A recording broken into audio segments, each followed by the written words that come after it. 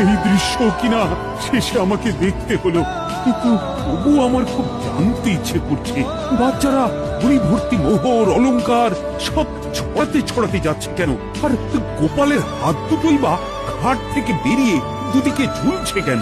মহারাজ, আর একটা ব্যাপার কি আপনি লক্ষ্য করেছেন? কি বলতো? গোপালের দেহ ভাড়া কাঁধে করে নিয়ে যাচ্ছে। হ্যাঁ হ্যাঁ, ওই তো মন্ত্রী, সেনাপতি, জ্যোতিষী আর পণ্ডিত। আসলে গোপালের এই শেষ যাত্রা আমাদের কিছু শিক্ষা দিয়ে যাচ্ছে মহারাজ।